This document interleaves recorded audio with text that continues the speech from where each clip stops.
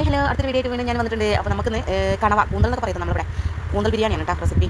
അപ്പോൾ നല്ല രീതിയിൽ മീനൊക്കെ കഴുകി വെച്ചിട്ടുണ്ട്. പിന്നെ എന്താ പറയുക, ബിരിയാണി വെക്കൽ നിങ്ങൾക്ക് എല്ലാവർക്കും അറിയാലോ. ഞാൻ എൻ്റെ ജീവിതത്തിൽ ആദ്യമായിട്ടാണ് കൂന്തൽ ബിരിയാണി വെക്കുന്നതും കഴിക്കുന്നതും.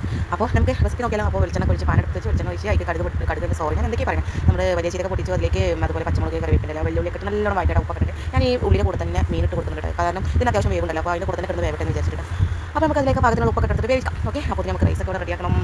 അറിയാലോ ബിരിയാണി എങ്ങനെ വെക്കേണ്ടത്. അപ്പോൾ കൂന്തൽ ബിരിയാണി വെച്ച റെസിപ്പി എങ്ങനെയാണെന്ന് എനിക്കറിയില്ല. ഞാൻ എൻ്റെ രീതിക്ക് ബിരിയാണി വെക്കുന്ന രീതിക്ക് വെച്ചതാണ്. അപ്പോൾ നിങ്ങൾ എങ്ങനെ വെക്കുന്നത് ഇങ്ങനെ അല്ലെങ്കിൽ നിങ്ങൾ കമൻറ്റ് ചെയ്യുക.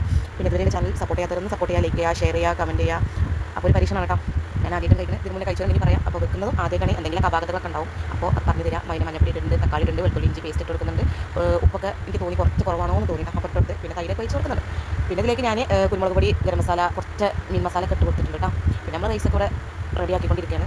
അപ്പോൾ എളുപ്പമാണ് പരിപാടി. പക്ഷേ എനിക്ക് എൻ്റെ വ്യക്തിപരമായ അഭിപ്രായം പറയാം, എല്ലാം ഞാൻ നോക്കിയെന്ന് പറയാൻ പറ്റില്ല. എനിക്ക് ചെമ്മീൻ ബിരിയാണി ആയിട്ട് ഒന്നും കൂടെ ഇഷ്ടമായത്. ഇതിന് അത്ര ടേസ്റ്റ് പറ്റില്ല, എന്നാലും കുഴപ്പമൊന്നുമില്ല കേട്ടോ. കഴിക്കുന്നതിന് കുഴപ്പമൊന്നുമില്ല. നമ്മൾ ചോറൊക്കെ ആയി സാലഡൊക്കെ കൂട്ടി അടിച്ചാൽ അടുത്തൊരു വീഡിയോ വീണ്ടും കാണാം. Okay, by.